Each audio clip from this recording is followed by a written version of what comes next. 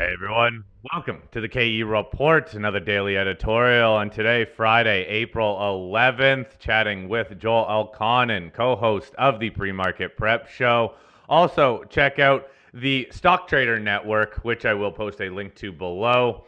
Joel, volatility, it reigns supreme in these markets. Just this month, the S&P has a candlestick that has a range of about 15%. It's been a crazy week with tariff news that unfortunately just drives this crazy volatility. I think it was Wednesday where we had, I think, the second biggest move in the NASDAQ ever to the upside. But this is all still just in a, it seems like, downward trending market. So, Joel, look, volatility has been, I think, on everyone's radar. It's been a pretty wide ranging prediction that we would see more volatility. That is the case. But again, it does seem like there's this downward bias for markets. What are you seeing out there? Oh, well, good afternoon, gentlemen. Thanks for having me. I don't have as much a downward bias as I did a couple weeks ago, and for a variety of factors. You know, I like the way that we're acting today. I think you got to look for the reason for the volatility, and the reason for the volatility was self-inflicted. And without revealing any of my political beliefs or anything, I mean, this was all based on the tariffs. This is all based on the market interpreting steep tariffs as bad for the financial markets, bad for inflation. Cutting spending is recessionary, cutting jobs is recessionary. So the market had the appropriate reaction. Volatility is volatility, and we haven't had a period of volatility like this since COVID. So the market has found a bottom, I hope. The poor price action you see today, more distancing yourself from that low that you made on Monday makes me more comfortable that I don't know how high we're going to go on this rebound, but maybe establish a new trading range where you remember that we had a trading range in the S&P from like what was it, like 5800, 57. Actually it was tight. It was like, yeah, 5800 to 6200. It was for a few months, and it was like, well, it's only a matter of time before you go through 6200. But then the opposite happens. So the market is going to readjust. I still think you're going to find a trading range. I don't know if we found, I mean, for right now, the top of that trading range is that ridiculous high on Wednesday. And then we'll find out where the trading range is on the downside. But I think things have calmed down. The VIX has calmed down a little bit. And you're getting into earnings season now. And, so far, so good in earnings season. Delta, had a decent report. They withdrew guidance, fine. JPMorgan had a good report. So when you get down to the fundamentals of the markets, what really moves things? It's earnings. And right now, at this moment in time, earnings season is off to an okay start. Well, I'm glad you went there, Joel, because I was going to ask you what you thought about earnings season kicking off, and would it even matter? Do the valuations even matter, or do they matter more actually because of the volatility we've been seeing? Man, talk about volatility. We were talking just last Friday to this week. We've seen the VIX up over 50 a couple of days. Now it's cooling off, as you say. Now maybe we're in a new range. So if things do settle down a little bit now, we got this 90-day window of before the next shoe drops. What do you think this earnings season is going to look like, and what do you think the markets are going to prioritize? Is it beats? Is it guidance? Or is it just that things aren't falling apart when they report? I don't think things are falling apart yet. I think that what you're going to see reflected in Q1 earnings season is the past, right? What about Q2? I think you're going to get, your tech companies are going to beat. I think that if there's ever excuse for companies to withdraw guidance, they withdraw guidance. I mean, what actually, and if I go back on this, I don't know. I'd have to do some research, but I somehow remember Trump saying that, I don't know if they shouldn't report earnings or they shouldn't give guidance, or he had something about that as far as companies revealing things. Don't quote me on that. But I just think, if companies have an excuse, to give tepid guidance, then they will. And you certainly can in this environment. I don't think, I mean, Walmart came out and said, hey, we're going to be okay. And I thought that was a bold move. But, is everyone going to be shopping at Walmart? I mean, if that from that perspective, I think another thing that when you talk about sectors and you talk, we talk the tech sector, or staples or whatever. I think right now you're at a point where you have to look at companies that have the most exposure to China. And that's why you saw Apple get hit harder. It's having a nice bounce today, but some companies are are more resilient when it comes to the tariffs than others. So I mean that's a work for some new quants. That company that you're investing in, how much are they relying on on imports from China or stuff being made? I mean, look what they did to Nike. I mean, holy smokes, right? Because most of that stuff is, made. I mean, that stock got whacked and it's barely off the low of the move.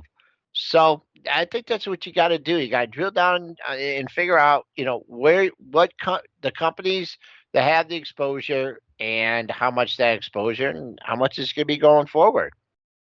So, Joel, this is a trader's market, though. Boy, oh boy, this volatility is crazy. I'm sure there's some traders killing it. I'm sure there's some traders also getting completely wiped out if they're on the wrong side of these day-to-day, almost hour-to-hour moves. But when we do see this volatility and some of these big drops, they can offer buying opportunities. How do you look at the broad averages or any of these stocks that go through these big, almost waterfall declines in just a couple days? It feels like catching a falling knife, but that can also be some of the best trades. So how do you scale into a position? Do you even try to pick a bottom or so-called catch a falling knife?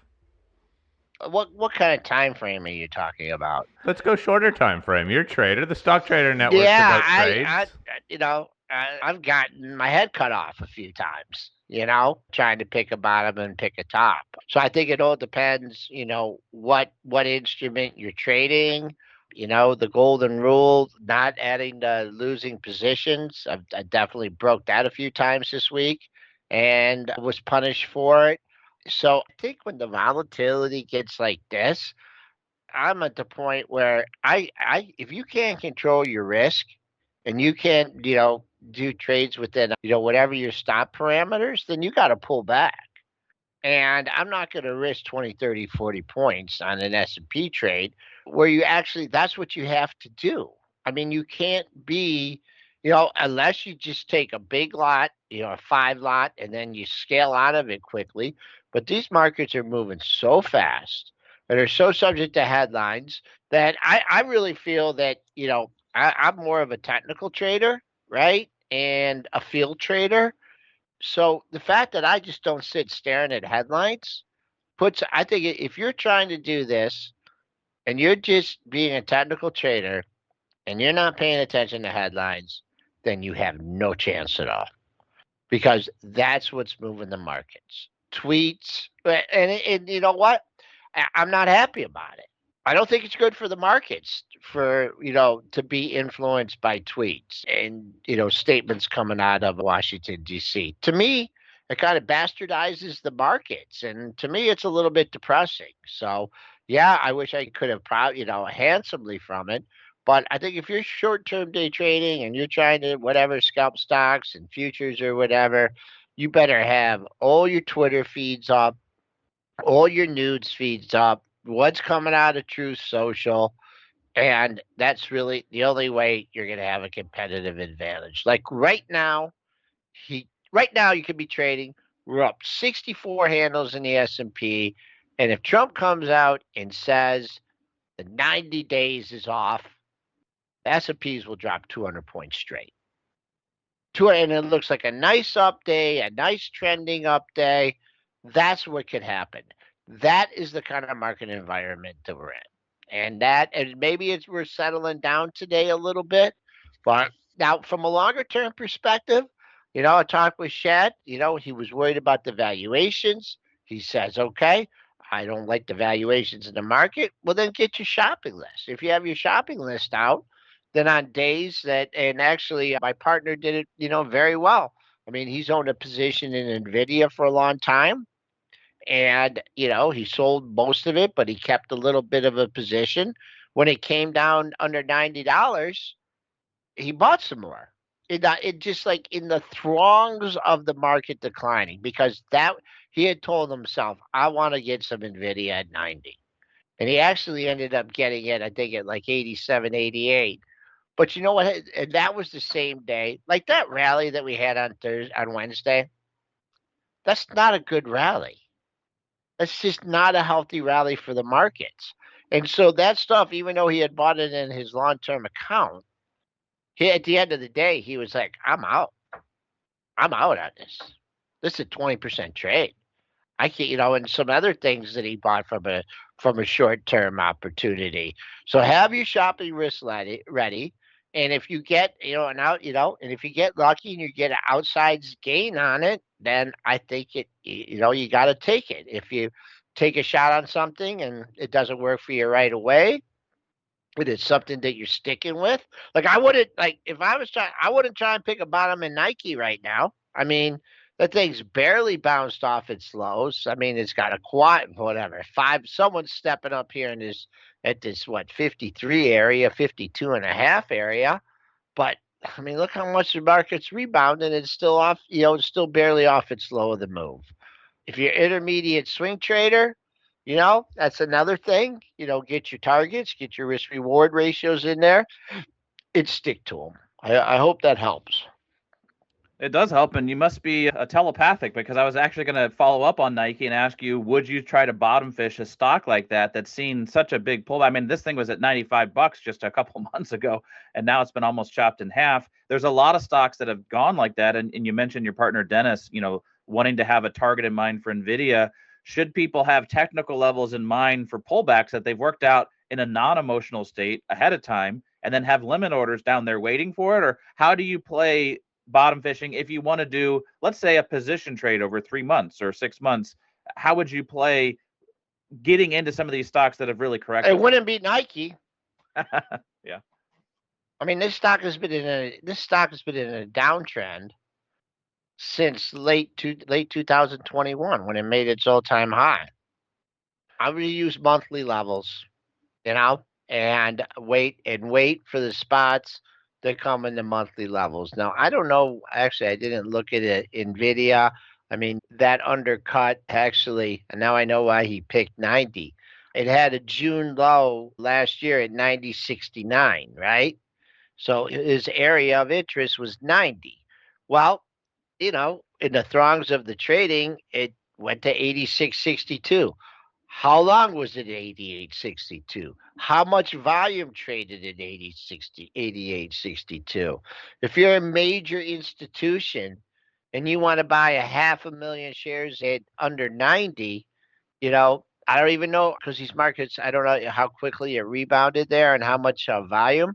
But what I would do is I would look at monthly levels. I would look at retracement levels, and I'm big. I know people are on fibs. I'm a big 50% retracement guy. I would look at the monthly levels, the 50% retracement, and then I was on with another guy earlier this morning, and he pointed out in the SPY where it came down to was a place where that 480 level was actually a place that it broke out from back in 22. Was it 22 or 23? Boy, the years go by when you get old. In late 22 or late 21, early 22, there was a major bear stand at 480 in the spider. From there, we went from 480 to 350. When we came back above that 480 back in early 24, Katie barred the door. That's when we had the big rally. So those three things that confluence. And the other thing just that I'll put in here is that you gotta look at the monthly charts, folks, because, and I hope I reiterated this when I was over the last couple of weeks, and you're talking about, buy the dip, buy the dip, buy the dip. If you look at a monthly chart, where's the dip? Right? Where's the dip from the COVID low? We're not even near a 50% retracement. So, right now, there's probably a negative headline out right now. Like, just as we've been talking, the S&Ps have dropped 25 points.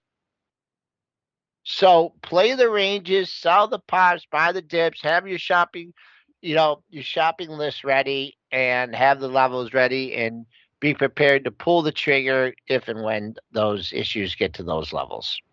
Well put there, Joel. We'll wrap it up there. And essentially, hey, have some cash and be ready to buy whatever you want when it hits those levels. But understand still, this is going to be a volatile market. You do need to withstand some whipsaw action here because, well, that's what we're seeing in pretty much every sector. And arguably, this last week did provide some buying opportunities, but also we have seen some stocks roll back over. So, boy, oh boy, so much for us to always talk about. And I'm sure you guys are having a great time over at your pre-market show and also the Stock Trader Network. Again, those links will be in the show notes. So, Joel, as always, great chatting with you, buddy. We'll chat with you next week.